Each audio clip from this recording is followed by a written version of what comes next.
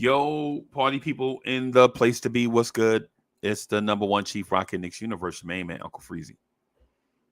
Welcome to the um, New York Knicks basketball podcast hosted by Uncle Freezy.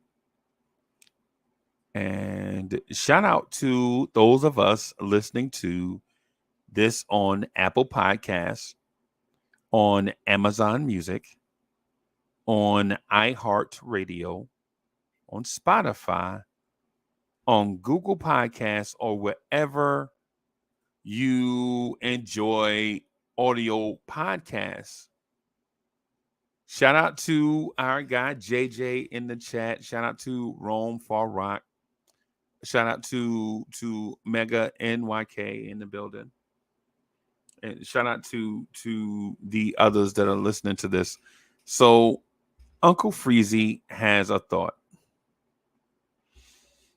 Uncle Freezy has several thoughts. I'm going to start off by acknowledging the fact that I feel like this season ended abruptly and entirely too early. I'm going to start off by sharing. I'm going to start out by doing something taboo. A man sharing his feelings. Something that's taboo, right? I acknowledge it. As a matter of fact, I'm probably the originator of the "Don't Tell Me How You Feel" movement. I am beyond macho in a lot of different things. I know I take macho to the extreme, and I shouldn't. Right? Right? I understand that I am the purveyor of the throw some dirt on it and it'll be all right movement. Right? But right now, in this moment,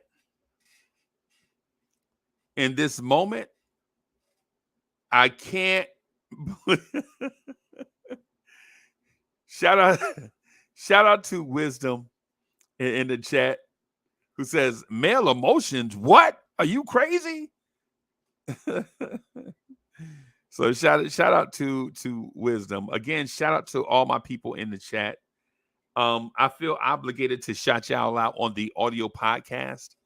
That way, when people hear y'all's names in places like on Spotify and Apple Music and Google Podcasts and Amazon Music and all these other places, people on Spotify are saying, "Who's this guy JJ?" Uncle Freezy keeps shouting out.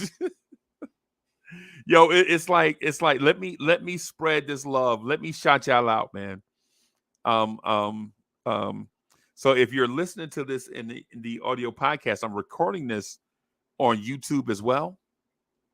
But I'm asking everyone to download the audio podcast on whatever platform you use, and take this with you, right? Yeah, man. So I'm reading some of the chat. Shout out to Bully. Bully is in the building. Boulevard 73 is in the building. The hip hop legend called Mega. I mean, the hip hop legend. What am I? Listen, the son of the legend, Kerry Cox, is in the building. Is what I'm trying to say, right? And the hip hop legend called Mega is in the building. He's known as something else nowadays, but I know who he is. Right. But let me get started. And let me get started on something here. Right. And I'm just gonna start with this paragraph and then kind of parse participles in a way that every element makes sense in this emotional monologue. That way I won't sound like a sap. right? And so I'm going to title this kinda the New York Knicks experience, disappointment, and the pursuit of excellence.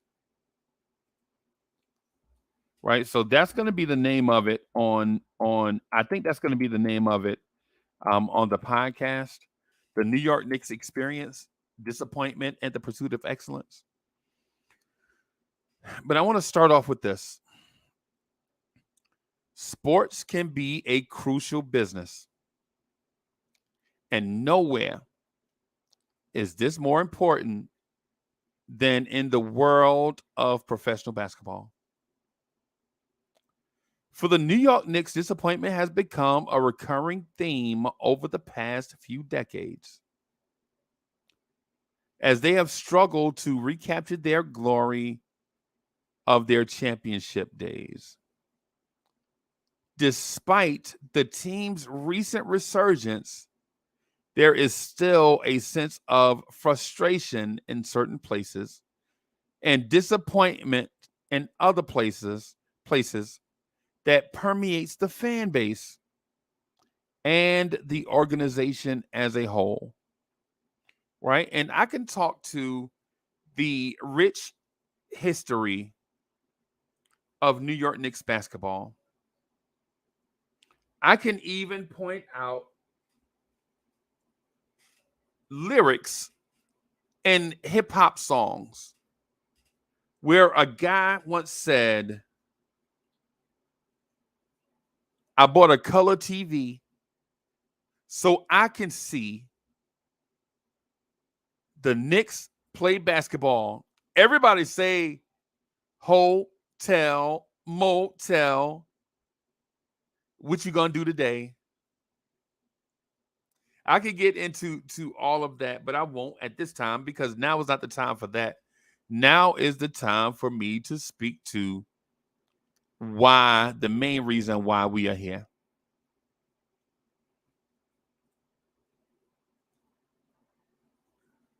The reason why I'm here is because I have a sense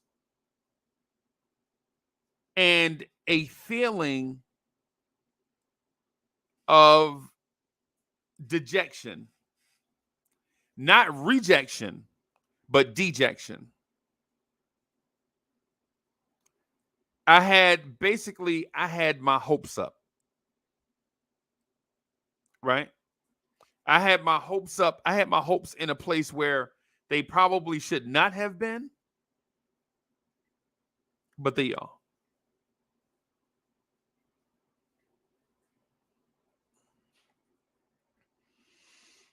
And I'm disappointed. Not about how the regular season ended.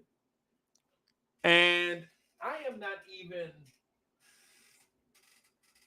dejected about how the postseason ended. I am dejected about it ending, period.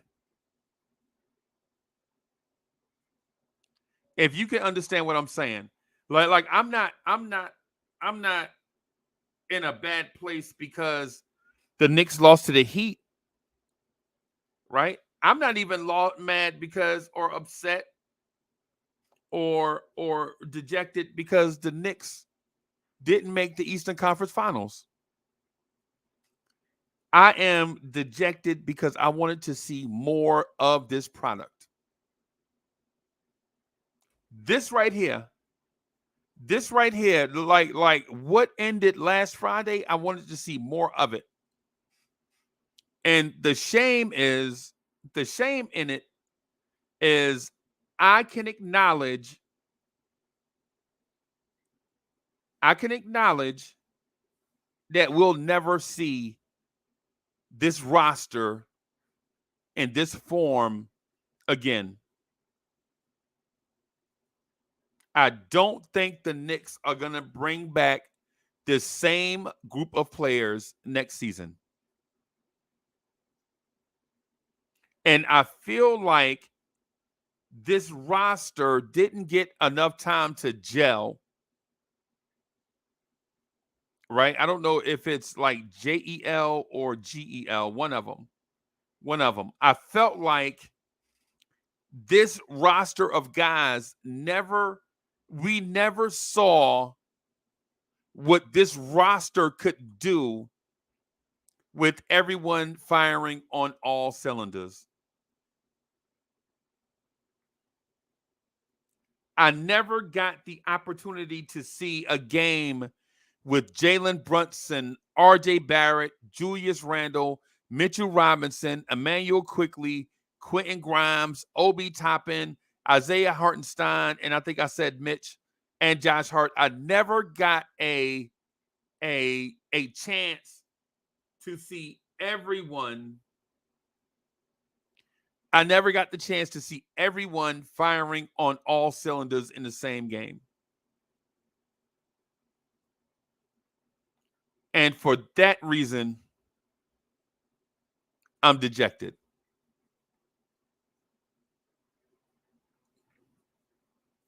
Right? Think about this. If you're a Knicks fan,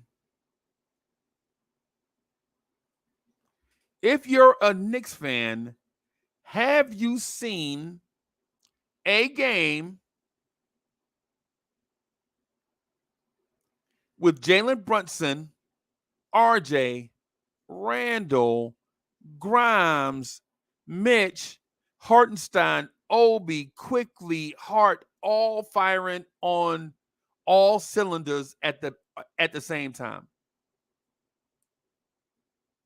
Have you seen a game where half of them were firing on all cylinders at the same time? In my mind, no. Have you seen a game with Brunson and Grimes and Quickly all firing at the same time? No. And for that reason, I feel dejected. Now, after the loss, and I'm not even gonna lie, I'm not gonna lie to you. I am still in that place where I hate to see my team lose. Right? I hate to see my team lose. Right? So after the game, I would have literally just said anything. Get rid of everybody.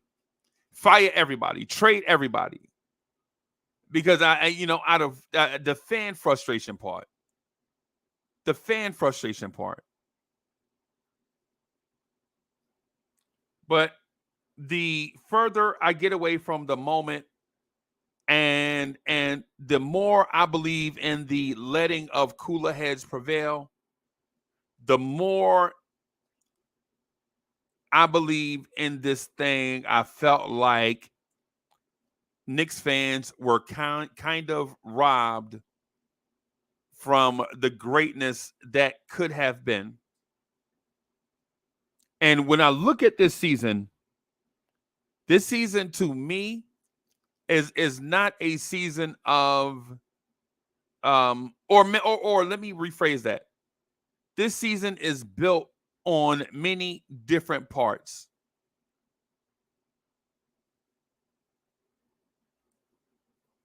This season is built on many different parts and places. Right? This season is built on three young dudes pulling this franchise out of a funk and showing the world that they have potential. There's that part of it. Right? There's that part of it. Then there's the part that this franchise is proving to everyone that we are here to stay.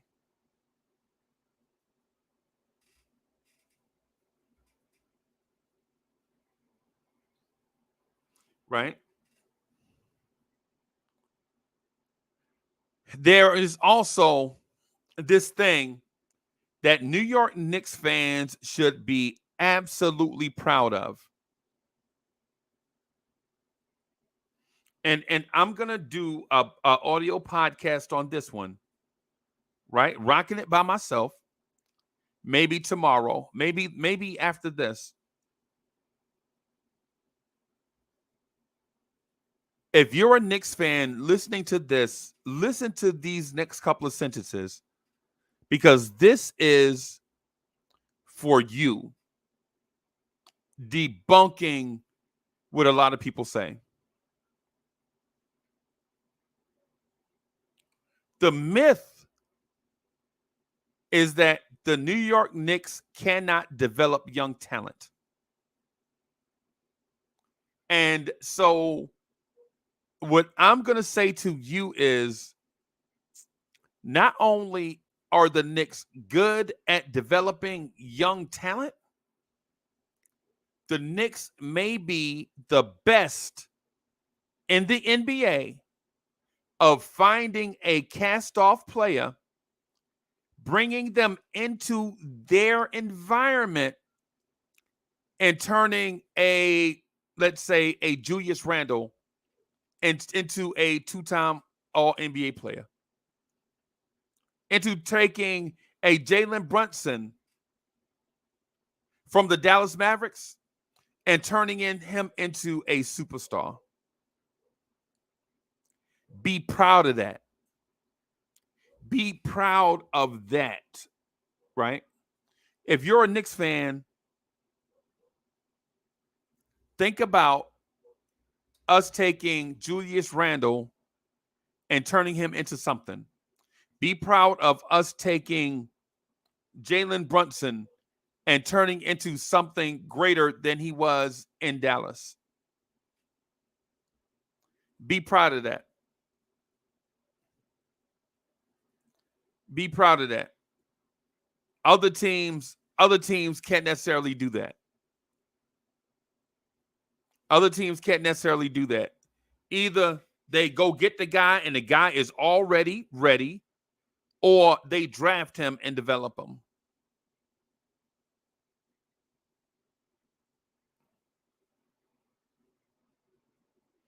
Be proud of that part. Maybe we'll talk about that part sometime in the next day or so. The fact that Jalen Brunson came here and became a superstar. The fact that we took a cast-off lottery bust from two other different teams and turned Julius Randle into a two-time All-Star, two-time All-NBA player.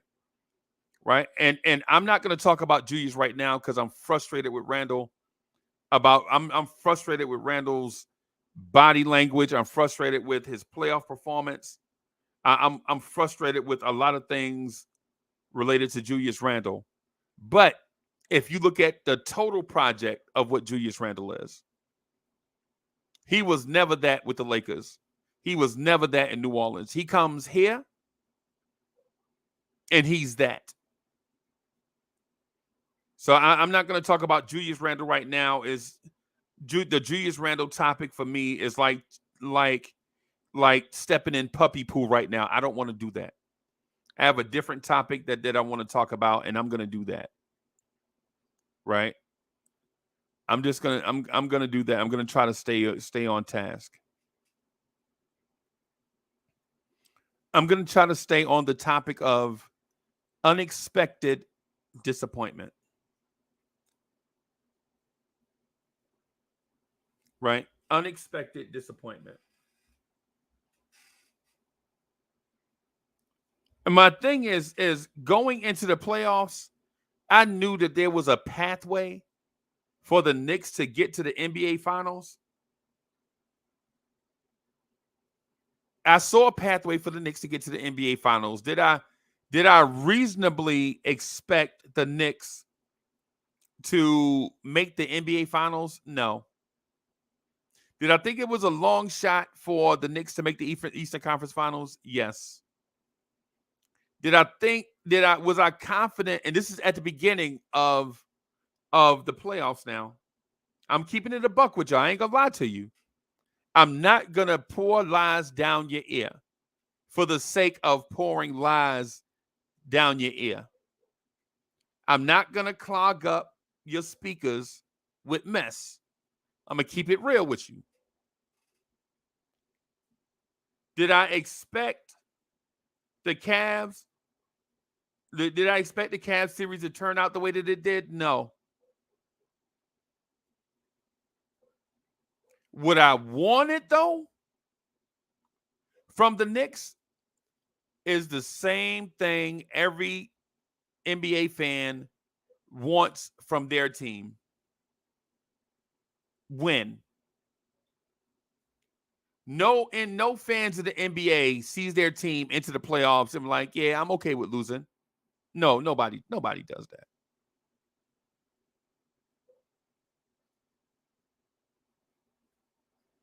Right? Nobody really does that. I mean, if they do that, if they do that, then you have to question their motives. And with me, quite honestly, for you listening to this on the audio podcast platform, and from my rock solid YouTubers that jump on every time we jump on, respect. And y'all know that we have to keep it real with each other.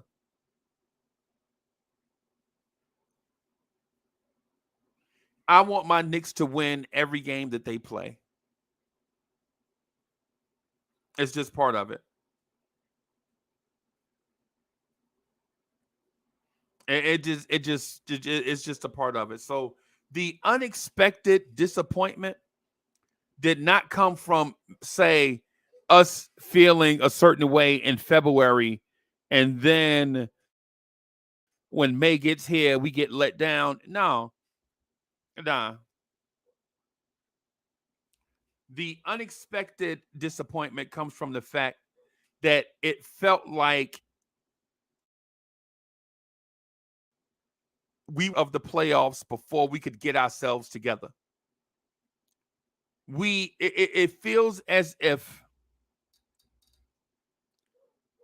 our off season starts too early because we don't know if we got the best version of Grimes, Quickly, RJ, Brunson, Randall, Mitch, Hartenstein, Hart, all of those guys.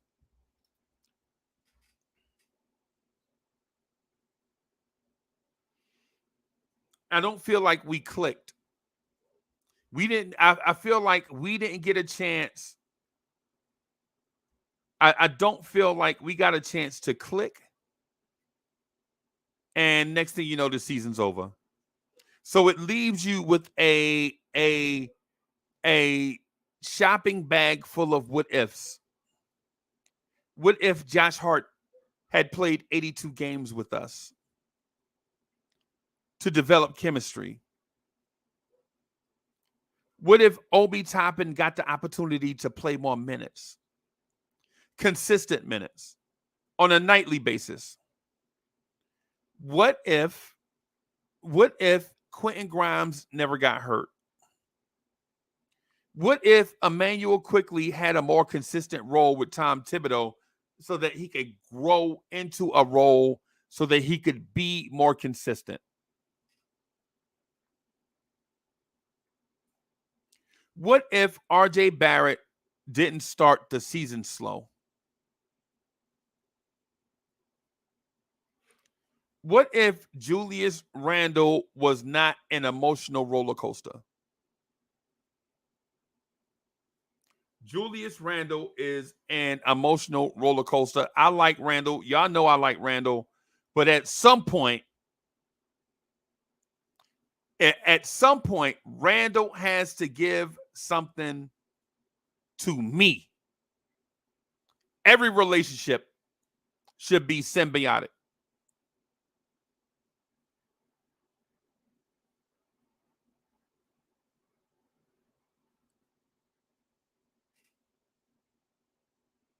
And so when you look at all the what ifs, what if we got half of those what ifs answered? Would we be playing basketball Tuesday night? I think so.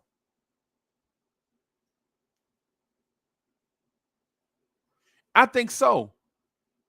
So when I come here to talk to you guys about how I'm feeling today, it's not about when I talk to you today, it's not about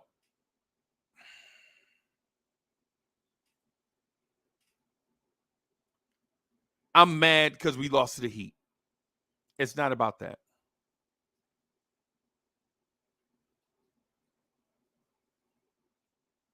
It's merely about, it's mostly about what if we clicked in time to put our best foot forward. And now, with that said, we know we will never have the answer to that because off-season changes soon come. Off-season changes soon come. It's a part of the game. Off-season changes soon come. Y'all know what it is.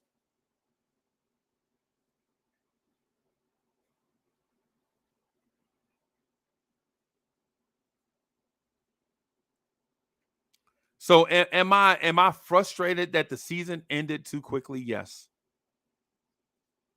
Yes, I am. But who is to blame? Who is to blame for this thing not coming together as quickly as it should have?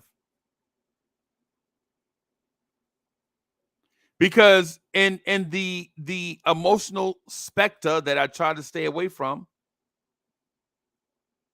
who do we blame for these things not coming together? You can't blame the fans because the fans don't play NBA basketball and the fans don't make personnel decisions.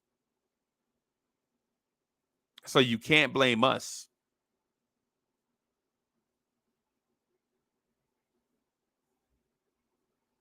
right? You can't blame the fans. You can't blame the number one chief rocker in Knicks universe, the main man Uncle Freezy.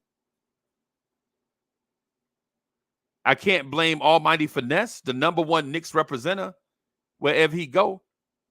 I ain't even gonna lie to you. It's I got like I wish I had 1,000 Almighty Finesses.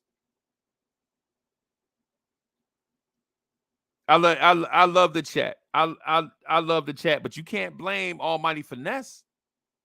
I wish I had 3,000 Almighty Finesses. Like the young bloods I had representing die hard with a vengeance. You can't blame them. You can't blame JJ. You can't blame Stafford Don. You can't blame College. We are all fans. You can't blame Kerry Cox. We are all fans. So who do you blame? Do you blame the coach?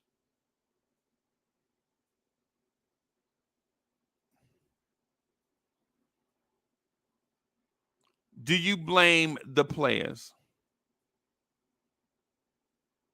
And if you blame the players, what player do you blame for the team not gelling?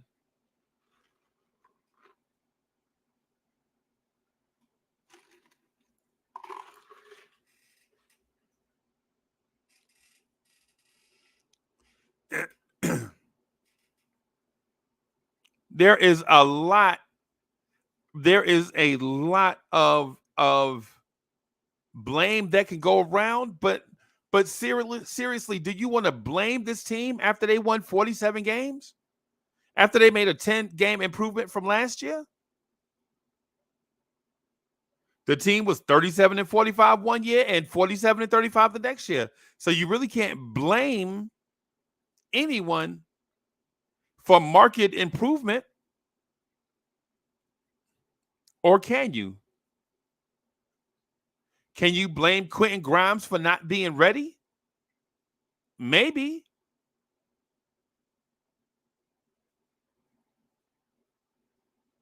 Can you blame say Emmanuel quickly from not being consistent every night? Maybe.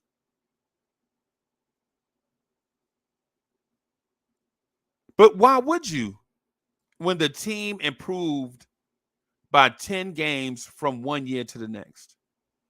And that is the perplexing part of an unexpected disappointment. Right now, if I could step away from myself and talk to myself, what I would say, first of all, is Uncle Freezy, listen, you the number one Chief Rocket in Knicks universe, baby boy. You the best Knicks dude on YouTube. Keep doing your thing. You fire. That would be if I could step away from myself. If I could step away from myself and talk to myself, the first thing I would legit do is look myself into these froggy eyes and say, Uncle Freezy, you are indeed the number one Chief Rocket in Knicks universe. You are the man. I love listening to you. Right? And then secondly, I would say, bro, how can you be disappointed in a team that did the two things you wanted them to do? The team legit went out and got a point guard. Is that not what you wanted for the last 10 seasons? Yes, that is what I wanted for the last 10 seasons, a point guard. Well, you got one. Is he not a star? Yes, he is a star. Okay, yes, he is a star. Well, what's the other thing you want? Well, I want the team to be better. Well, they won 10 more games than they won last year. Then I'll be like, okay, I get it. I get it. I get that part. So the things that I wanted this team did give me, right? The things I felt like I needed, this team did provide that for me. So why am I talking about who is to blame at this point? And the reason why I say that is because I had a unexpected goal that I felt like could be attainable if everything went right.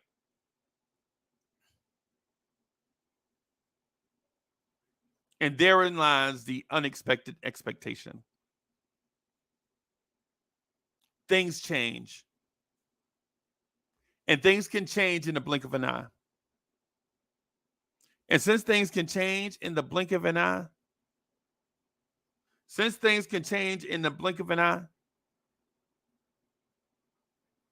things are different. The things that the expectations we were having in March are not the expectations we were having in May.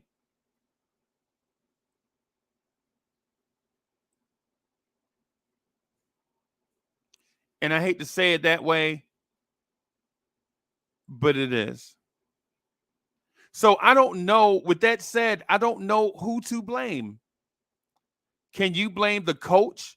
Because the coach didn't necessarily know exactly what he was going to get out of young players from one game to the next. So he is out here pushing a number of buttons, not knowing what the ultimate result is going to be because this team is young. Because this team is young. Things happen.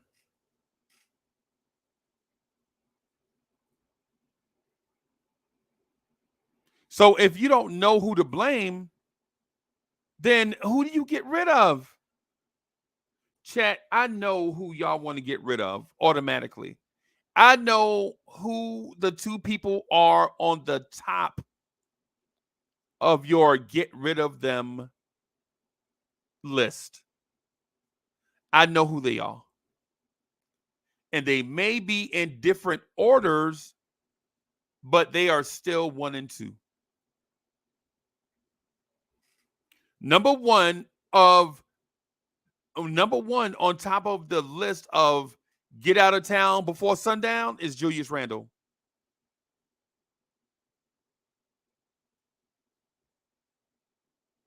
right? Number one on the list of get out of town by sundown is Julius Randle, right?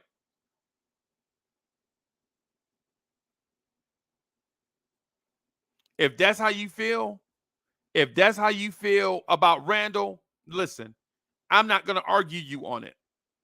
If that's how you feel that way,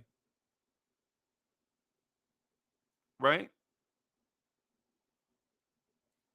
If that's how you feel about Randle, number one on the fans get out of town by sundown list is Julius Randle. If you feel that way, cool. I'm not gonna argue you. I'm not gonna argue with you about it, man. Listen, there is plenty of reason why you feel that way. Number two on that list of get out of town by sundown is Tom Thibodeau.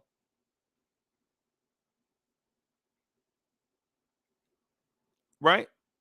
If y'all want Tibbs out of here,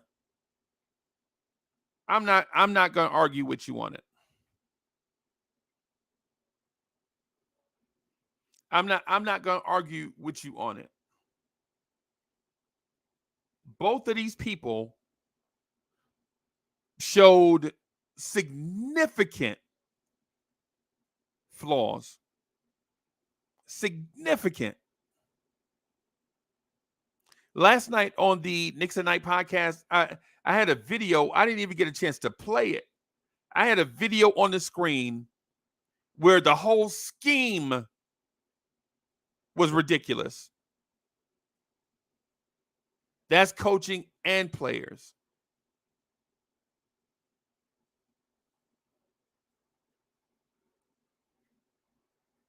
Jalen Brunson getting trapped, and the outlet guy doesn't even want the basketball. The outlet guy is a guy that doesn't even want the basketball.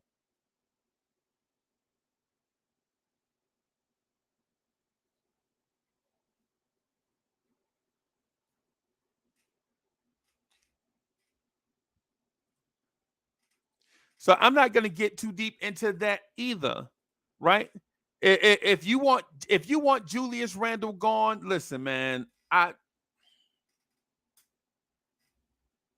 there is only so much defense one person can do about a certain player. Y'all know how I feel about Randle, but even I have to take some steps back on this and reassess, right? Even I have to take some steps back on this Randle defense, not throwing him away or not throwing any Knick player away.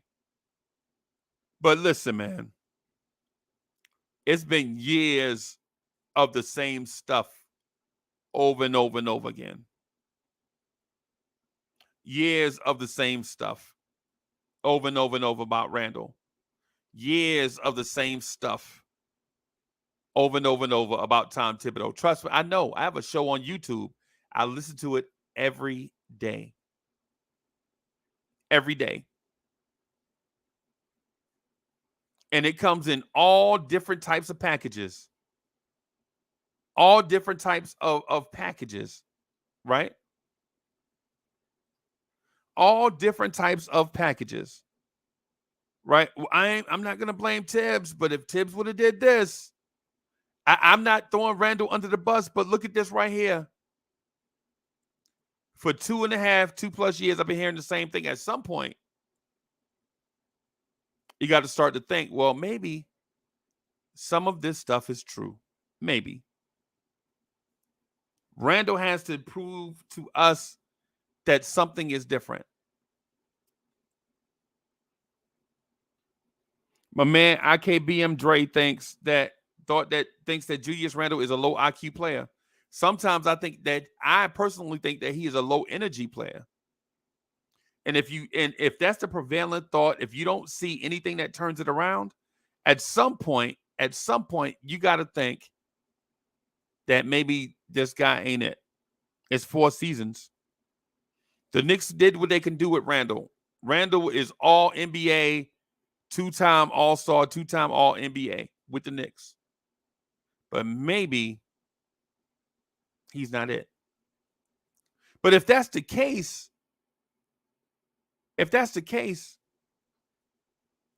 like that Jones Girl song, who can we run to? Or for those of y'all that are a little bit younger, you may not have heard the Jones Girl version. Maybe you heard the Escape version. Who can I run to? The remake.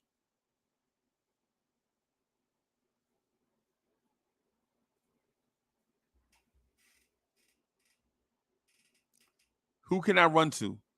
Who do we bring in to replace Tibbs? Who do we bring in to replace Randall if we have to do it? And listen, man, listen, y'all. These are just, this is just about my experience as a Knicks fan, the disappointment and the pursuit of excellence. This is the New York Knicks experience. The disappointment and the pursuit of excellence. I spoke about the disappointment part. Now I want to speak to the pursuit of excellence part.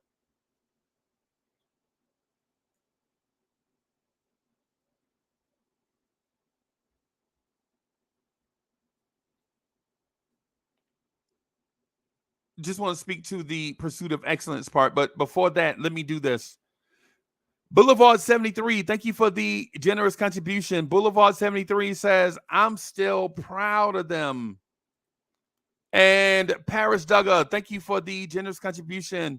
Paris Duggar says, so Josh Hart is your crosshairs, I see, but when Grimes couldn't stop Donovan and Hart went on to shut him down for us, what does that mean for you? So Josh Hart is in your crosshairs, I see, but when Grimes couldn't stop Donovan and Hart went on to shut him down for us, what does that mean for you? Yeah, I don't care. We won. I don't care. I'm here talking about the team, like in whole, like what we are, like what didn't click, what did click. It's a topic that we're discussing. We're not trying to be all over the place. Like we have plenty of time for that. We could talk about that from now to the draft. What I'm talking about now specifically is the New York Knicks experience. Disappointment and the pursuit of excellence.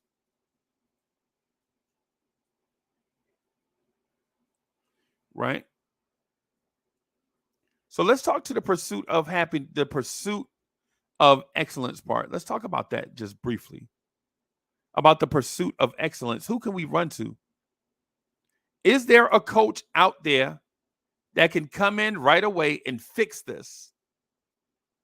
And by this, I mean, is there a coach out there that can come in right away and have this thing click?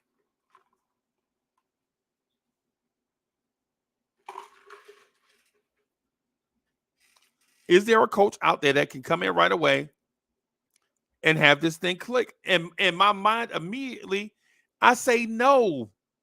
There is no guy that's going to come in and have this thing click immediately this way. Now, with that said, is there a guy out there that can make things click his way?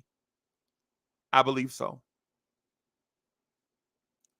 Is there a guy that can come in here with this roster and make this click? No. But is there a guy that can come in and make some changes and make things click his way? Yes. Yes. It is.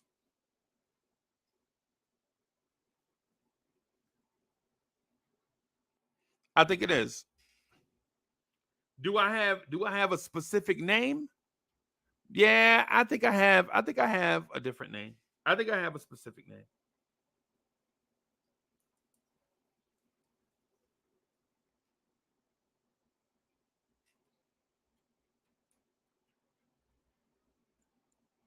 I think I have a specific name of a coach that can come in and get this team to 50 wins, have this team be a top 10 offense, and have this team be a top 10 defense.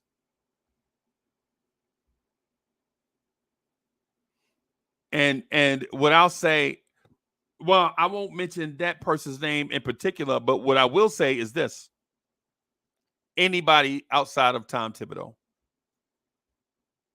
anybody outside of Tom Thibodeau can have this team be a top 10 offense and top 10 defense. Because do I feel like the defensive pieces are here? Yes. Do I feel like the offensive pieces are here? Yes.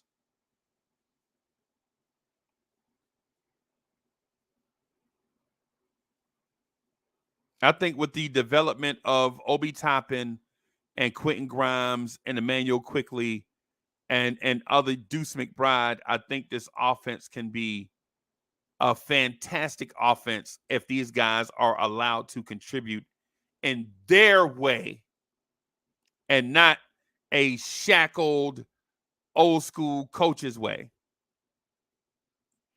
This offense is elementary.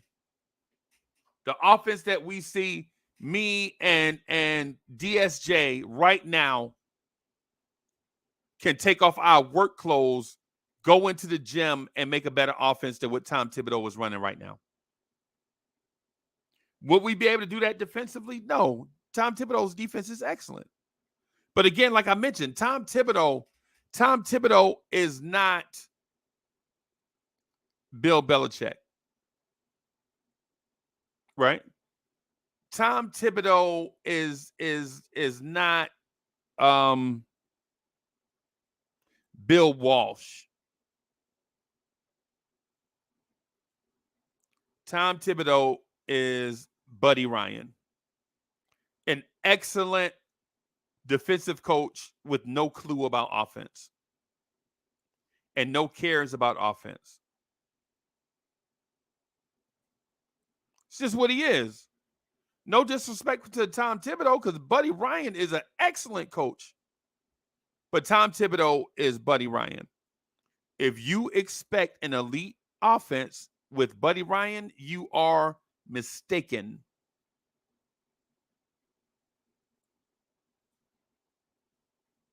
Unless Tom Thibodeau changes,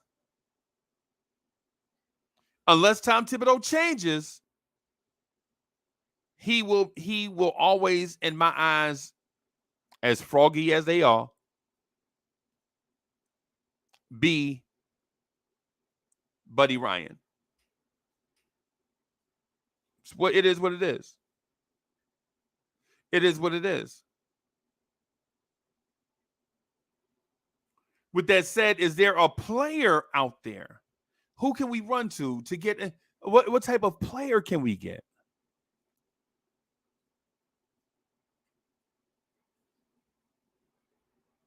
What type of player can we get? Well, for one, you have to identify what type of player that you need. Because you don't need another point guard. You have a point guard. Where do you need to upgrade? Where do you need to upgrade?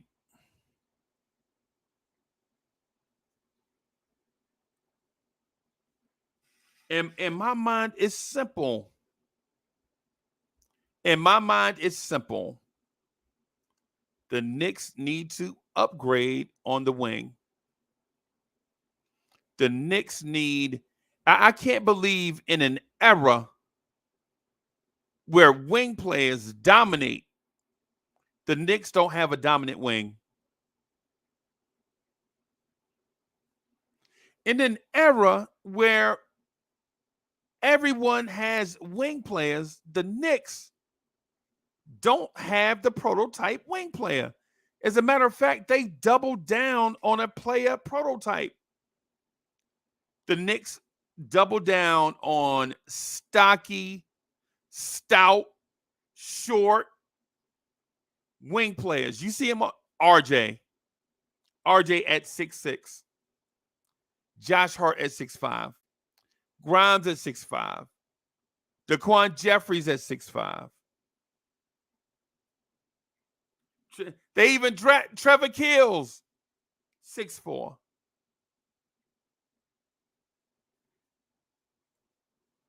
They draft a certain prototype, it's not going to work.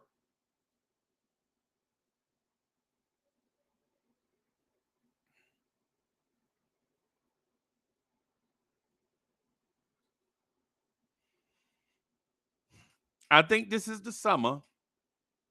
I think this is the summer where you either commit to RJ being a factor in the offense or you upgrade RJ Barrett.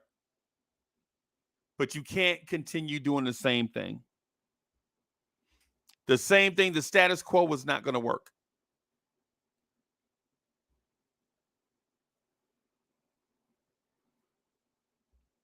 But you insert the player that you want in this context, in this conversation, in this conversation, you insert the player that you want.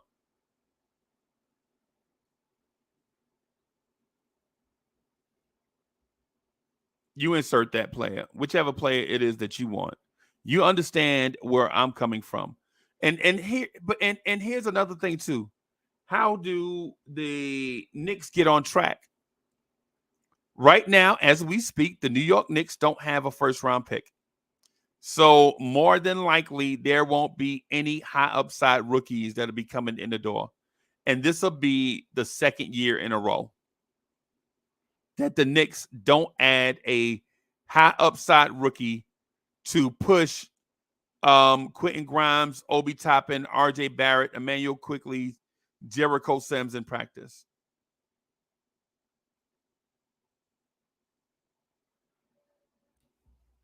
So if the Knicks don't have any draft picks, there'll be no young guy putting pressure on Obi in practice to take his spot. There won't be a young guy to push RJ Barrett for his spot. There won't be a young guy to push Quentin Grimes for his spot.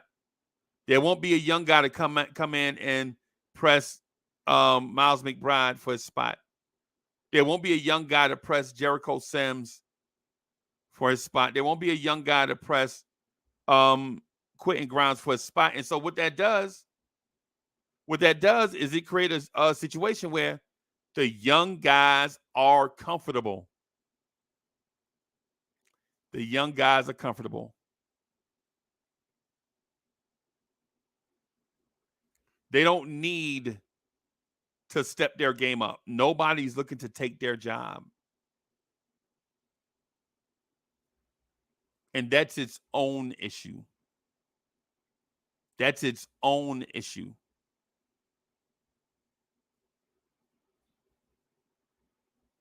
Is it the most pressing issue? No. You still got depending on how you feel about the roster, you can go one of a million ways. If you like the roster, keep it the same. I doubt the front office likes the roster.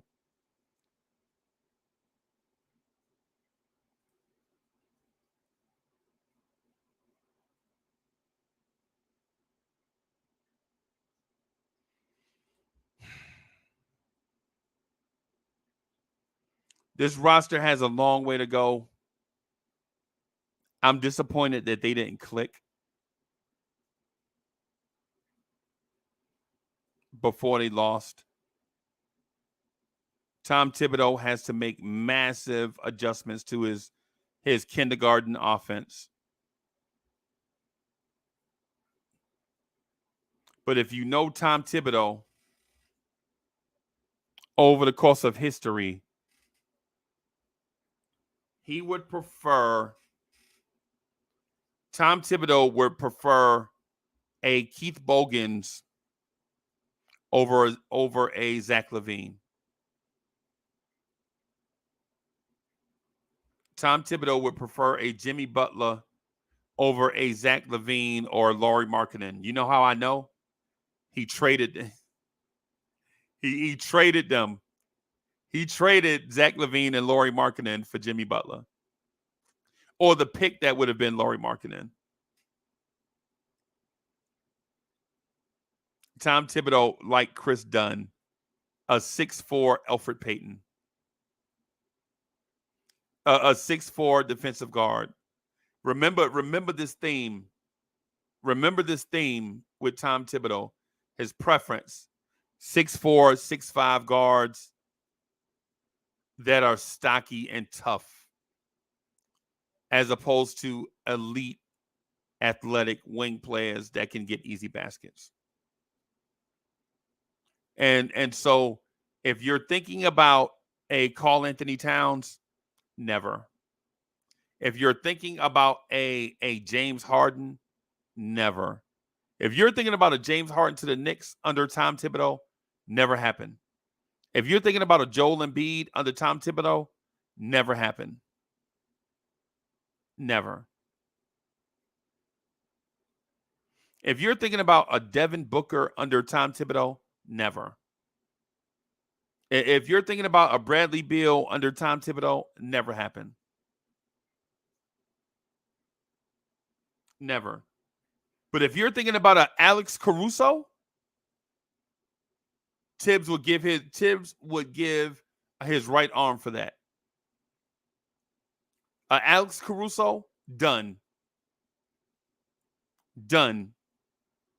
A Sadiq Bey, done.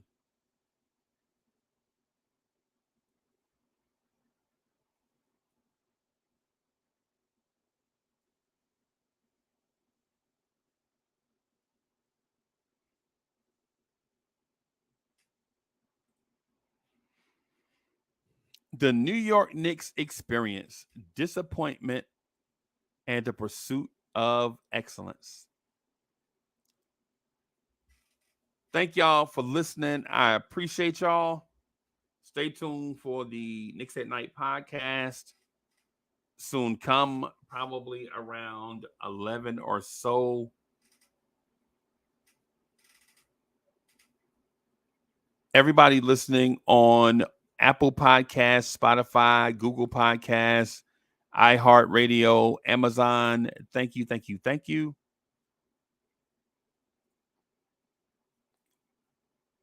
I'm your man, the number one chief rock in Knicks universe, Uncle Freezy. Peace.